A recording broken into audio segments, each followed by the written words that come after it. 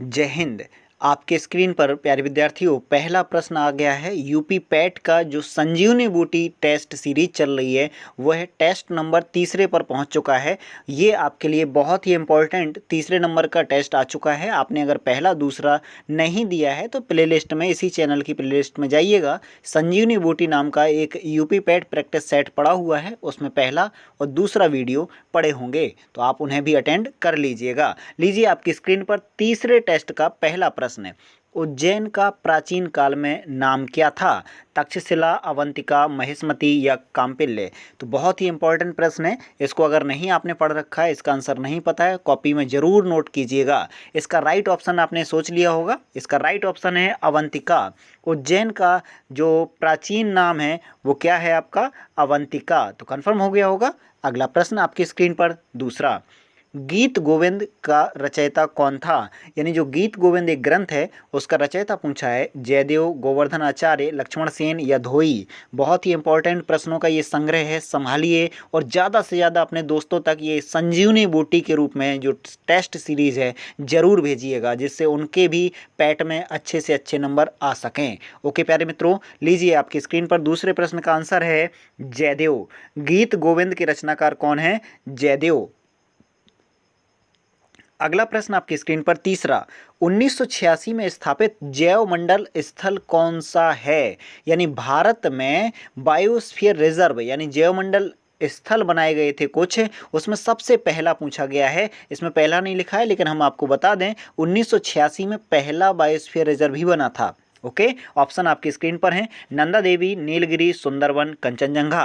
तो इसमें से आपको पहचानना है सबसे पहला जैवमंडल स्थल भारत का कौन सा था जो 1986 में बनाया गया था। इसका राइट विकल्प दूसरा है नीलगिरी बायोस्फीयर रिजर्व, जो केरल, तमिलनाडु और कर्नाटक तीन राज्यों की सीमा पर नीलगिरी पहाड़ी पर स्थित है। जैवमंडल रिजर्व जो 1986 में घोषित किया गया है। अगला प्रश्न चौथा आपकी स्क्रीन पर है। भगत सिंह जयंती 28 सितंबर को मनाते हैं हम लोग। 28 सितंबर अभी जो बीता है, और 2022 में यह जयंती जो है किस नंबर की है? 114, 115, 116 या 118? बड़े ध्यान से अगर आपने पेपर ही पढ़ा होगा, जो पेपर आते हैं न्यूज़पेपर, उसमें भी आपका भी रिलीज़ हुआ था ये डेट, तो आपने अगर पढ़ा होता तो आपको आंसर आ गया होगा। लेकिन फिर भी हम बताए दे रहे हैं, नहीं पढ़ा हुआ है तो 115वें नंबर की जयंती मनाई गई है भगत सिंह साहब की। तो ध्यान रखिए 28 सितंबर का इनका जयंती। अगला प्रश्न आपकी स्क्रीन पर 5। नरेगा का नाम मनरेगा किस वर्ष संपादित किया गया? 2001, 5, 6 या 9? चारों विकल्प आपकी स्क्रीन पर हैं। बहुत ही इंपॉर्टेंट प्रश्न है। नरेगा, ध्यान रखिएगा, नरेगा से इसका नाम मनरेगा यानी महात्मा गांधी रोजगार गारंटी योजना 2009 में किया गया था। तो इसका चौथा ऑप्शन सही है। प्यारे विद्यार्थियों, आपके लिए एक कमेंट बॉक्स में कुछ लाइनें आई हुई हैं, किसी आपके ही साथी ने भेजी हुई हैं। उसका नाम भी आप देखिएगा, मैं आपको वो लाइंस दिखाऊं और सुनाऊं। लीजिए आपकी स्क्रीन पर। मनोज कॉम्पिटिटिव क्लासेस जो एक सज्जन हैं, उन्हें मैं जानता तो नहीं हूँ, हो सकता है वो मुझसे मिले हों लेकिन मेरे मेमोरी में नहीं है, लेकिन फिर भी इनका लगाव इन लाइनों से आप समझ सकते हैं, जो इन्होंने बड़ी ही मेहनत से मुझे कल के वीडियो पर ये कमेंट बॉक्स में लिख भेजी हैं। मैं आपको सुनाने के लिए बहुत ही आतुर हूँ, इसलिए लिखी हुई लाइनों को पढ़िए और सुनिएगा। यही जज्बा रहा तो मुश्किलों का हल भी निकलेगा। यही जज्बा रहा तो मुश्किलों का हल भी निकलेगा। जमी बंजर हुई तो क्या, वहीं से जल भी निकलेगा।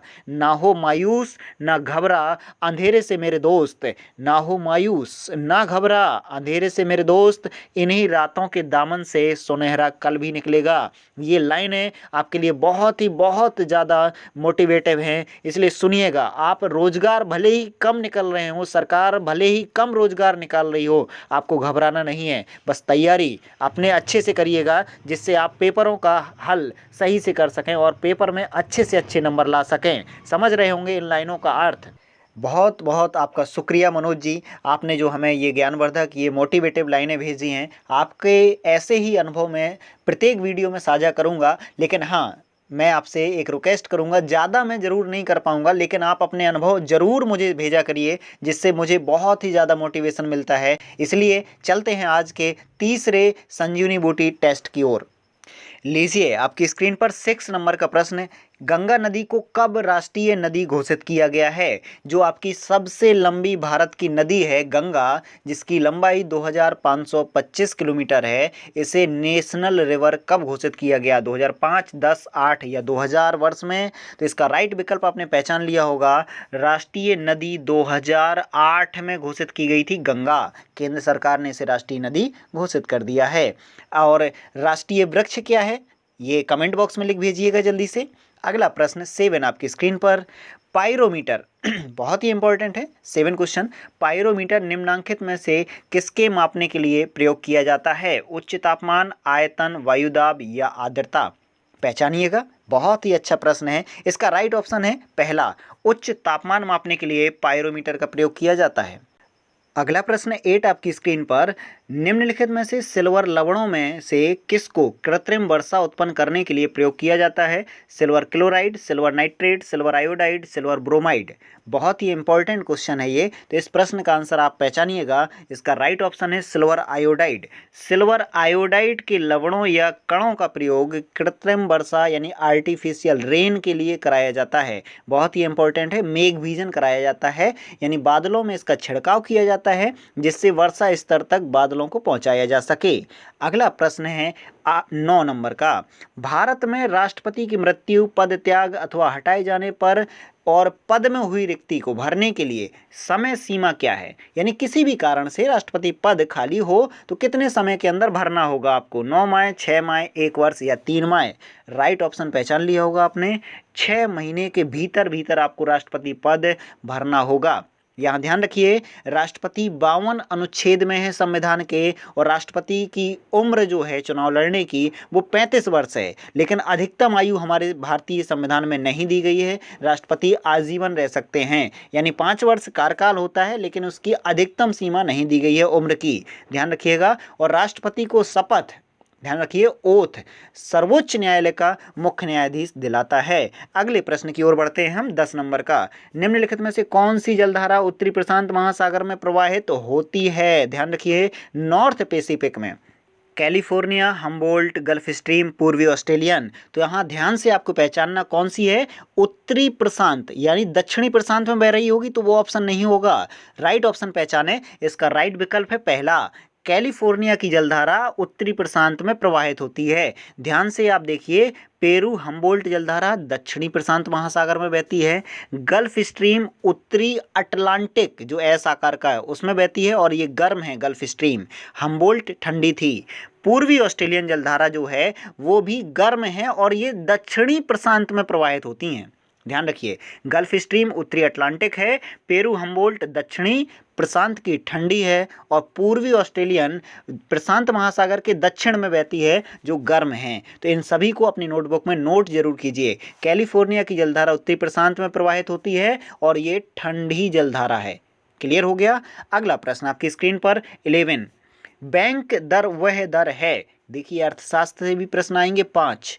तो बैंक दर वह है जिस पर एक बैंक पब्लिक को उधार देता है, आरबीआई पब्लिक को उधार देता है, आरबीआई वाणिज्य बैंकों को उधार देता है, या भारत सरकार अन्य देशों को धारण करें। ये तो ऑप्शन आपका कुछ बनता नहीं है, लेकिन आप पहचानिए कौन सा इसका राइट ऑप्शन है। तो यहाँ ध्यान दें, तीसरा विकल्प देखिएगा, बैंक दर वह दर है जिस पर आरबीआई यानी रिजर्व बैंक वाणिज्य बैंकों को क्या देता है, उधार देता है। यानी जैसे एसबीआई है, पीएनबी है, ये बैंकों को उधार कौन देता है, बैंक, और वो किस दर पर देता है, बैंक दर पर। आरबीआई जो एसबीआई को कर्ज उपलब्ध कराती है वह दर बैंक दर कहलाती है। ध्यान रखिए। ऑपरेशन फ्लड किस वर्ष लाया गया है? ऑपरेशन फ्लड दुग्ध उत्पादन से संबंधित है और दुग्ध क्रांति के जनक आपको पता है वर्गीज कुरियन। तो याद कीजिए, ऑपरेशन फ्लड किस वर्ष लाया गया? 1980, 1985, 1970, 1976। राइट ऑप्शन तक पहुंचिएगा। ऑपरेशन फ्लड आपका 1970 में लाया गया था, ध्यान रखिएगा। अगला प्रश्न 14 आपकी स्क्रीन पर, निम्नलिखित में से कौन ग्रीन हाउस गैस नहीं है? नहीं है मतलब ग्रीन हाउस गैस गर्मी को नहीं बढ़ाती है, जो गैस वो पहचानना है। कार्बन डाइऑक्साइड बढ़ाती है, नाइट्रस ऑक्साइड बढ़ाती है, मीथेन बढ़ाती है। यानी ये तीनों गैसें क्या हो गई, ग्रीन हाउस। तो लास्ट ऑप्शन जो बचा है हीलियम, हीलियम आपका क्या है, ग्रीन हाउस गैस नहीं है। अगला प्रश्न आपकी स्क्रीन पर, पुष्कर महोत्सव का आयोजन कहाँ किया गया था? इस प्रश्न को बड़ी सावधानी से करना है। करंट अफेयर्स अगर आपने सही से पढ़ी होगी तो पहचान लिए होंगे। पुष्कर महोत्सव अजमेर, कश्मीर, लखनऊ, जैसलमेर। जल्दबाजी मत कीजिए, पहला ऑप्शन बिल्कुल गलत है। आप सोच रहे होंगे अजमेर सही है, बिल्कुल गलत है। पुष्कर महोत्सव की बात हो रही है, पुष्कर मेले की नहीं। तो इसका राइट ऑप्शन है दूसरा विकल्प, कश्मीर में पुष्कर महोत्सव का आयोजन किया गया है। ध्यान रखिए, पुष्कर महोत्सव ये वह महोत्सव है जहां तेलंगाना, आंध्र प्रदेश के तीर्थ यात्री जाते हैं कश्मीर में, अपने श्रद्धा पूर्वक एक यात्रा करते हैं, एक महोत्सव मनाते हैं नदियों के किनारे। पुष्कर महोत्सव कश्मीर में आयोजित किया जाता है, जबकि पुष्कर मेला राजस्थान के अजमेर में। अब कंफर्म हो गया होगा आपको। अगला प्रश्न 16, भारतीय स्वाधीनता आंदोलन यानी 1857 की क्रांति का सरकारी इतिहासकार पूछा है। चारों ऑप्शन पढ़ें जल्दी से और आंसर तक पहुंचिएगा। राइट ऑप्शन हम बताते हैं, इसका विकल्प नंबर तीसरा सही है। एस.एन. सेन 1857 की क्रांति के सरकारी इतिहासकार। और कमेंट बॉक्स में आपको लिख भेजना है कि कांग्रेस के सरकारी इतिहासकार कौन थे। ध्यान रखिए, कांग्रेस पार्टी के सरकारी इतिहासकार पूछे हैं, ये आपके 1857 के हैं, एस.एन. सेन। अगला क्वेश्चन आपकी स्क्रीन पर, सूर्य ऊर्जा उत्पन्न होती है यानी सूर्य में ऊर्जा किससे उत्पन्न होती है? नाभिकीय विखंडन द्वारा, आयतन द्वारा, नाभिकीय संलयन या ऑक्सीकरण के द्वारा। तो राइट ऑप्शन तक पहुंचिएगा, इसका तीसरा ऑप्शन सही है, नाभिकीय संलयन द्वारा इसमें ऊर्जा उत्पन्न होती है। यानी जो हाइड्रोजन है वो हीलियम में परिवर्तित होती है, यह क्रिया कहलाती है नाभिकीय संलयन। और यहाँ ध्यान दीजिए, परमाणु बॉम्ब है जो वो नाभिकीय विखंडन पर आधारित होते हैं। अगला प्रश्न 18, पराश्रव्य ध्वनियां हैं जिनकी आवृत्ति होती है 20,000 हर्ट्ज से अधिक, 20,000 हर्ट्ज से कम, 10,000 हर्ट्ज से अधिक या 1,000 से कम। तो राइट ऑप्शन तो पहचान लिया होगा, सिंपल है, वो बहुत बार आया है। 20,000 हर्ट्ज से अधिक जो आवृत्ति रखते हैं वो पराश्रव्य ध्वनियां कहलाती हैं।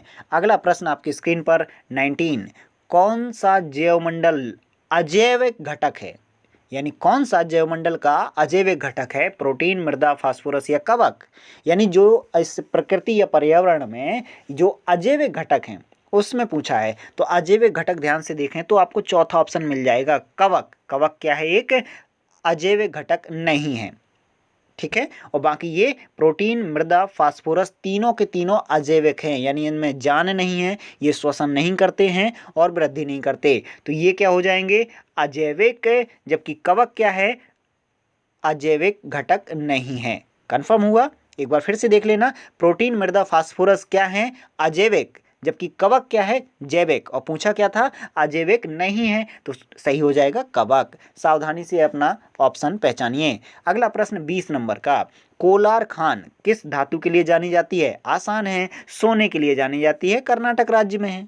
कोलार खान किस लिए जानी जाती है? सोने के लिए। जबकि भारत में पन्ना हीरे के लिए जानी जाती है। ऑस्ट्रेलिया महाद्वीप में कालगोरली और कूलगारली सोने के लिए हैं। जबकि दक्षिण अफ्रीका में एक खान है किम्बरले, जो हीरा उत्पादन के लिए जानी जाती है। याद हो जाएंगी, लिख लीजिएगा नोटबुक में ये सभी पॉइंट। अगला प्रश्न 21, लोकसभा की कार्यवाही के प्रथम घंटे को क्या कहा जाता है? जो लोकसभा है, प्रथम सदन है जो हमारी संसद का, उसकी कार्यवाही का प्रथम घंटा क्या कहलाता है? सार्वजनिक काल, विशेषाधिकार काल, प्रश्नकाल या शून्यकाल? राइट ऑप्शन इसका पहचान लिया होगा, प्रश्नकाल के नाम से जानी जाता है लोकसभा का पहला घंटा। ध्यान रखिएगा, पहले घंटे की कार्यवाही प्रश्नकाल के नाम से जानी जाती है, यानी सांसद महोदय वहां प्रश्न अपने अपने पूछते हैं। अगला प्रश्न आपकी स्क्रीन पर 22, मृगमरीचिका का कारण।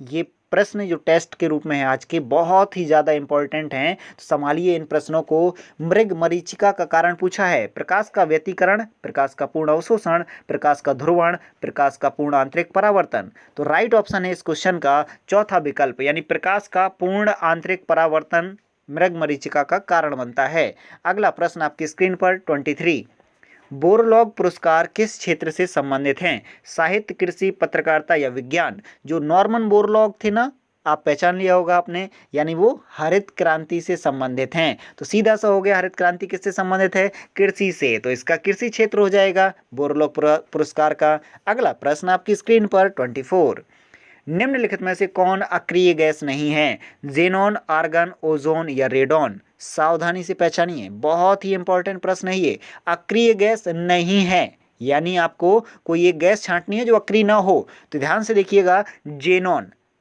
ओजोन और आर्गन और रेडॉन में से जो तीसरा विकल्प है ओजोन, ये आपका अक्रिय गैस नहीं है, ये क्रिया करती है। यानी ओजोन क्या है, एक सक्रिय गैस है। जेनॉन, आर्गन और रेडॉन क्या है, अक्रिय गैस हैं। ध्यान रखिएगा। हीलियम भी अक्रिय गैस है जो गुब्बारों में और वायुयान के टायरों में भरी जाती है, हीलियम। ध्यान रखिएगा। अगला प्रश्न 25, रानीपुर टाइगर रिजर्व किस जिले में निर्मित किया जा रहा है? बहुत ही इंपॉर्टेंट और सिंपल प्रश्न है, राइट ऑप्शन पहचानिएगा। इसका राइट ऑप्शन बताते हैं चित्रकूट। चित्रकूट जिले में रानीपुर टाइगर रिजर्व का निर्माण किया जा रहा है। अगला प्रश्न 26 है, भूमिगत जल को दूषित या प्रदूषित करने वाले अजैविक प्रदूषक हैं, यानी अजैविक जो जीवित नहीं है। तो भूमिगत जल यानी वाटर लेवल जो अंडरग्राउंड है उसको दूषित कौन करेंगे? ध्यान रखेंगे, बैक्टीरिया, शैवाल, विषाणु या आर्सेनिक। तो राइट ऑप्शन बहुत है अच्छा है इसका, ये चौथा ऑप्शन बिल्कुल सही है। आर्सेनिक भूमिगत जल को दूषित करता है और सर्वाधिक आर्सेनिक पश्चिम बंगाल के जल में फैला है। ध्यान रखिएगा।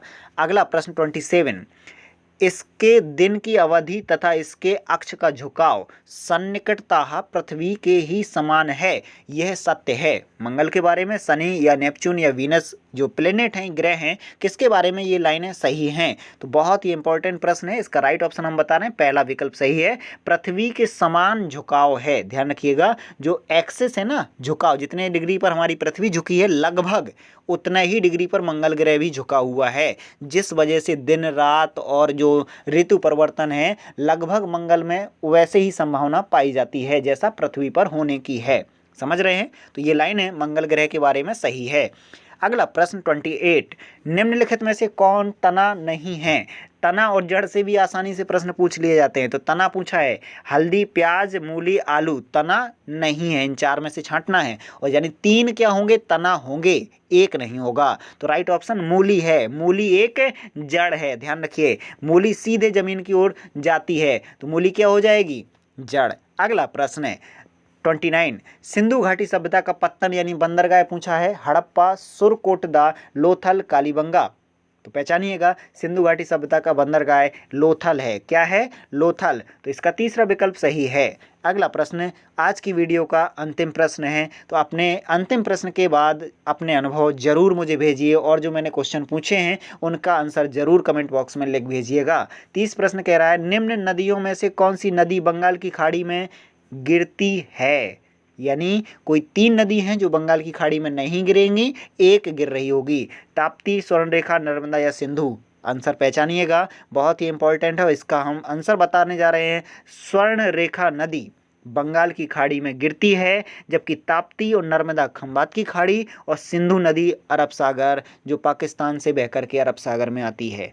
तो आपका ये 30वां प्रश्न भी आंसर मिल गया होगा। और ये आज के जो 30 इंपॉर्टेंट प्रश्न हैं बहुत ही इंपॉर्टेंट है, इनको संभालिए, नोटबुक में रखिए, लिखिए, साथ में रिकॉल करके जाइएगा। पूरा जो ये संजीवनी बूटी नामक ये टेस्ट सीरीज है मेरी ओर से जो प्रदान की जा रही है। हो सकता है प्यारे विद्यार्थियों कल 2 वीडियो आएँ, एक सुबह एक शाम को, तो अपनी तैयारी बनाते जाइए, और ज़्यादा से ज़्यादा मैं टेस्ट सीरीज में टेस्ट कराने की कोशिश कर रहा हूँ। ओके, आज का हम वीडियो यहीं विराम करते हैं, मिलते हैं नेक्स्ट वीडियो में। Thanks for watching video.